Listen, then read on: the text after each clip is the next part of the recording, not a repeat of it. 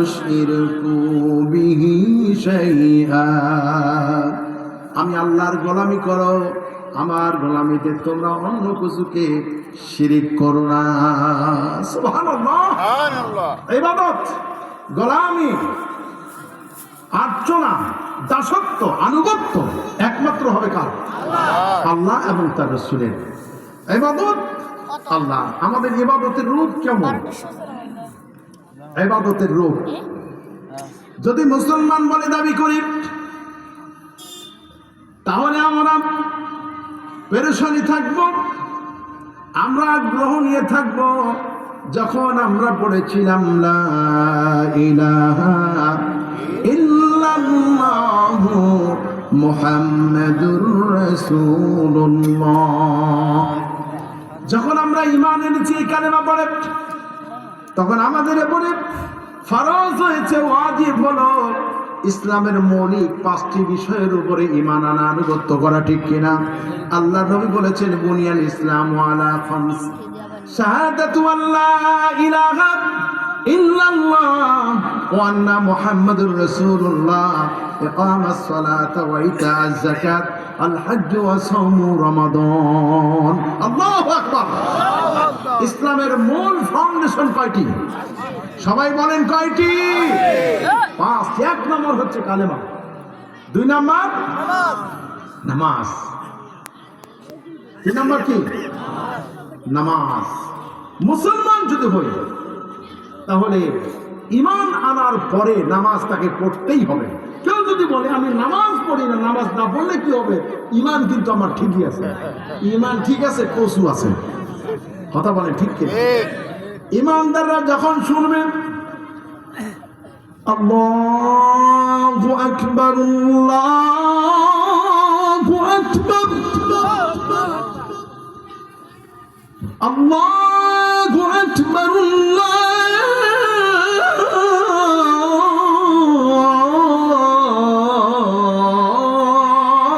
আল্লাহু আকবার।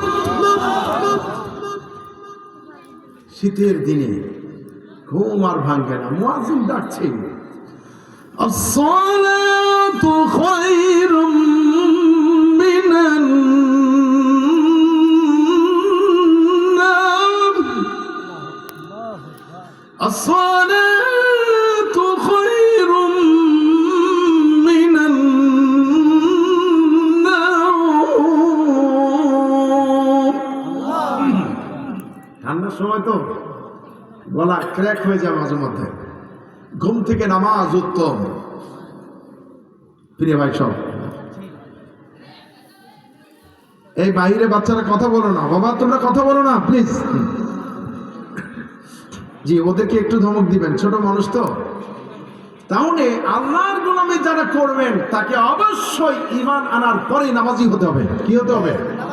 যারা বলেন নামাজি হতে হবে। 2 নম্বর যাকাত আদায় করতে হবে। কি করতে হবে? 4 নম্বর সামর্থ্য থাকলে হজ করতে হবে। 5 নম্বর অসম রমাদান, রমজান মাসে রোজা রাখতে হবে। এই 5টি হুকুম কার? আল্লাহ। প্রিয় ভাইয়েরা আমার, এবারে আসুন এই বিষয়গুলির উপর তো ঈমান আনতে হবে। নামাজ কায়েমের ব্যাপারে নির্দেশনা আল্লাহর, তেমনি ভাবে যাকাত প্রতিষ্ঠিত করার নির্দেশনা ছিল আল্লাহর। শুধু যদি কেউ বলে আমি নামাজ পড়লেই চলবে আর বাকিটা দরকার নাই, সে কিন্তু মুসলমান হতে পারবে না, আল্লাহর গোলাম হতে পারবে না। ঠিক কিনা? আল্লাহর গোলামি যদি কেউ করতে চায় পরিপূর্ণভাবে, আল্লাহর প্রকৃত বান্দা যদি কেউ হতে চায়, যত ইবাদত করবে, আল্লাহ যদি আল্লাহর কাছে যদি গ্রহণযোগ্য করতে চায়, তাহলে 2টি জিনিস থেকে তাকে বিরত থাকতে হবে। যারা বলেন কয়টি? সবাই বলেন কয়টি?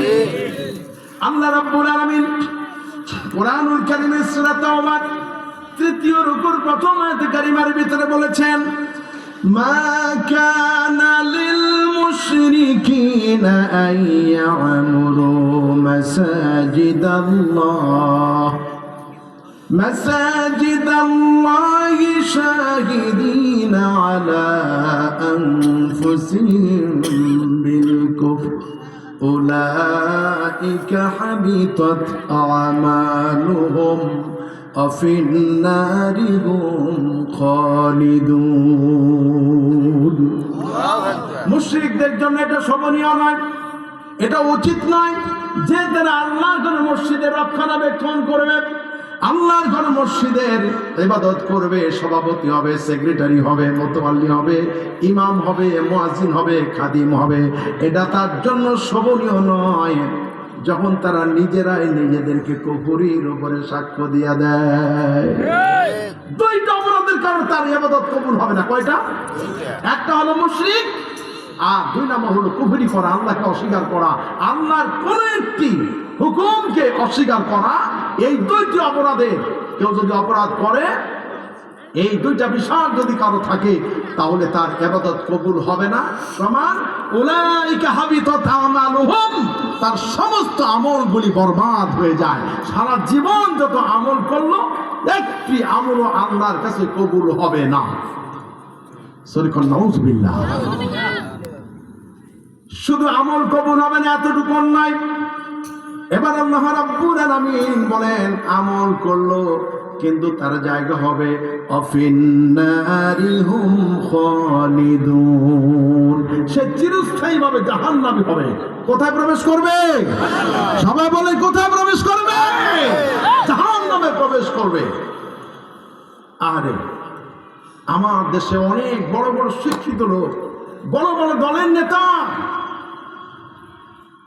তারা কোরআনকে সংবিধান হিসেবে গ্রহণ করতে নারাজ। জাতীয়তাবাদী বিশ্বাসী, ধর্ম নিরপেক্ষতা মতবাদী বিশ্বাসী, আরো হাবিজাবি, কিন্তু মুসলমান বলে দাবি করে।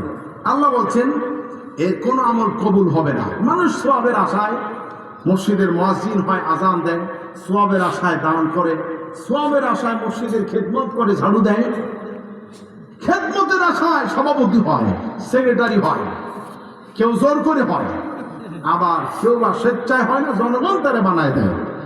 ঠিক কিনা? কেউ স্বেচ্ছায় হয়, এক পক্ষ বিদায় হয়ে যায়। দেখেন আমাদের বাংলাদেশের জাতীয় মসজিদ বাইতুল মোকাররমের খতিব পালিয়ে গেছে। কি বলেন ঠিক কিনা? খুব ভালো মানুষ ছিল, হ্যাঁ, যেইটা করতো ওইটা কবুল হয়ে যেত।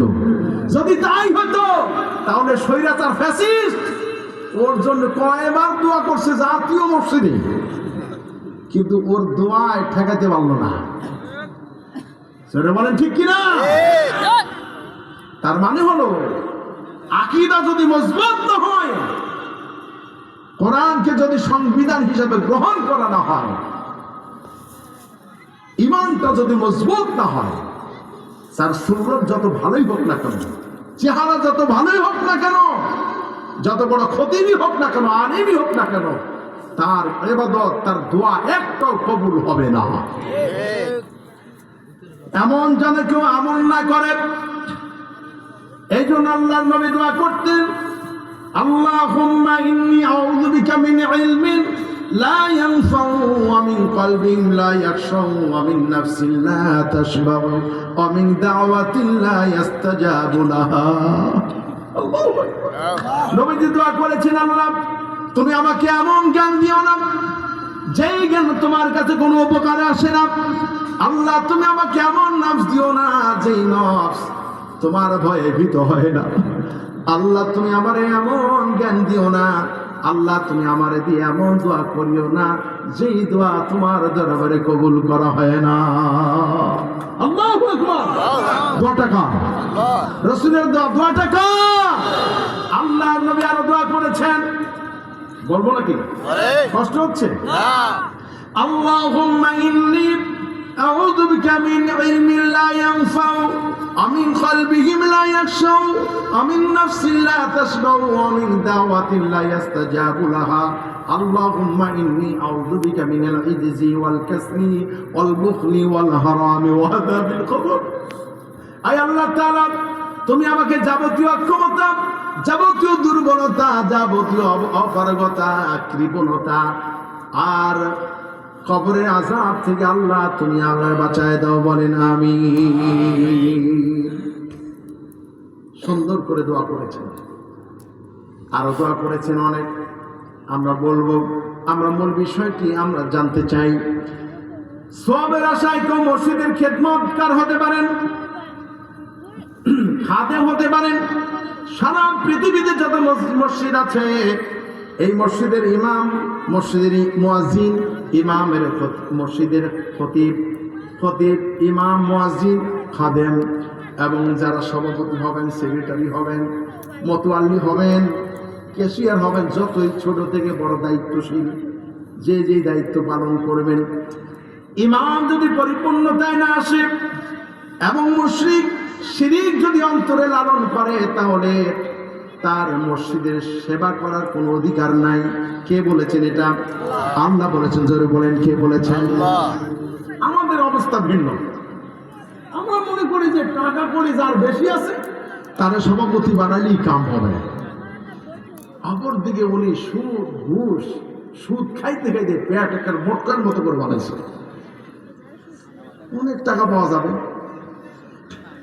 এই বিশ্বাস, এই একই আমাদেরকে দূর করতে হবে, ঠিক কিনা? মনে রাখতে হবে, হালালে বরকত হয়, হারামে কোনো বরকত হয় না। আছে নাকি বরকত? বরকত নাই। মসজিদেও টাকা দেন, ইমামকেও কিছু কিছু হাদিয়া দেন, আর কিছু তেলতেলা হুজুর তো আছে একেবারে এমন দোয়া করে মনে হয় যে জান্নাতে পাঠাই দিছে, আর উনিও মনে করে এই জান্নাতে গেছে বলে আর একটু হইলেই জান্নাতে চলে যাবো। কিন্তু তার দোয়া যে কবুল হয় না, কারণ তার গায়ে জামা আছে, জামাটা হারাম। তার যে টুপি আছে, টুপিটা হারাম টাকায় কেনা। আতর লাগাইছে, আতরটাও হারাম টাকায় কেনা। অতএব সে তো মসজিদের কোন খাদেম হওয়ার যোগ্যতাই রাখে না, ঠিক কিনা? এই জন্য সচেতন মুসল্লিদেরকে মনে রাখতে হবে, আল্লাহর নির্দেশ, যেই সমাজে ইমানদার বসবাস করে ওই সমাজে কোন মুনাফিক এবং শিরকের সাথে যে জড়িত, সুদের সাথে যে জড়িত, ঘুষের সাথে যে জড়িত, আল্লাহ মানে না, রাসূল মানে না, আল্লাহর আইন মানে না, কোরআনের সংবিধান মানে না, সে মানে অন্য অন্য ধর্ম নিরপেক্ষতা মতবাদী বিশ্বাসী এমন ব্যক্তি মসজিদের সভাপতি, মোতাল্লি যদি হয়, কিয়ামতের দিন আল্লাহর দরবারে এই মুসল্লিদেরকে আসামির কাঠ করে দাঁড়াতে হবে। এই ফতোয়াটা কি আমি দিলাম না আল্লাহ দিয়েছেন? মনে রাখতে পারবো তো ইনশাআল্লাহ? মনে রাখতে পারবো। প্রিয় ভাই সব, আল্লাহ রাব্বুল আলামিন বলেন, ইয়া আইয়ুহাল্লাযীনা আমানু কু আনফুসাকুম ওয়া আহলিকুম নারা। হে ইমানদারগণ, তুমিও তোমার পরিবার জাহান্নামের আগুন থেকে বাঁচো। কি ঠিক না? আল্লাহ বলছেন না, তুমি এবং তোমার পরিবারকে জাহান্নামের আগুন থেকে বাঁচাও। কেন বলেছেন?